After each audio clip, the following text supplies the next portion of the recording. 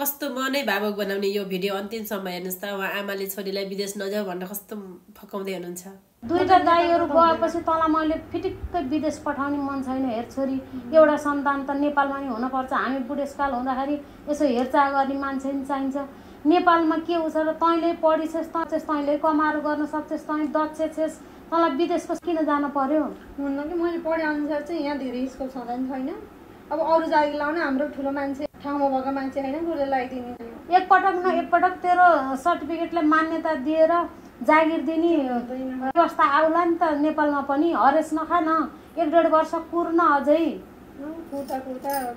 तिमीहरू जस्तो युवाहरूले पुरै दिमागमा विदेशको छाप बसालेर कोही छैन। अहिले गाउँघरमा बुढाबुढी मात्रै छन् जसले पनि खालि विदेश विदेश। एकछिन विदेशमा गएकाले कति सङ्घर्ष गरेछन् अर्काको देशमा, खुन पसिना बगाएछन्। अर्काको एकछिनको त फेसबुकमा फोटो देखेर उ गरेर हुन्छ। तिनीहरूको सङ्घर्ष आउँछ नि त उता विदेशमा। यहाँ त कहाँ हुन्छ त नि, धेरै दुःख गर्नुपर्छ, थोरै हुन्छ आम्दानी। विदेशमा अलि हुन्छ। किन नहुने? यहाँ नेपालमा खाएकै छैनन्, बाँचेकै छैनन्, मान्छे छैनन्, सबै विदेश हो। हामी जस्तोलाई अलि गाह्रै छ कि?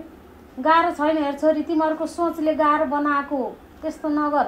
दाइहरू दुइटै विदेश छन्, उनीहरू फोन गर्न पनि कति फुर्सद निकाली उ गर्छन्। त एउटा छोरीलाई पनि हामीले विदेशका लागि दिने भने अनि हामी कसरी उ गर्ने? तँले खालि त्यही भन्छस् र एकदम टेन्सन लाउँछ। तँलाई मैले विदेश पठाउने मनै छैन। छोरी त्यस्तो नगर।